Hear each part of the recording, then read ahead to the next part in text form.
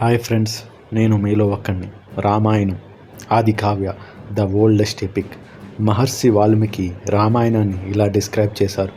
ధర్మార్థ కామ మోక్షానాం ఉపదేశ సమన్వితం పూర్వవృత్తం కథాయుక్తం ఇతిహాసం ప్రచక్షతే.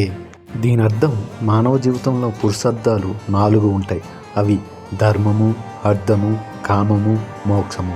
ధర్మము మనిషి జీవితంలో ధర్మబద్ధంగా ఎలా జీవించాలి, నైతిక విలువలు, సామాజిక విలువలతో జీవించాలి.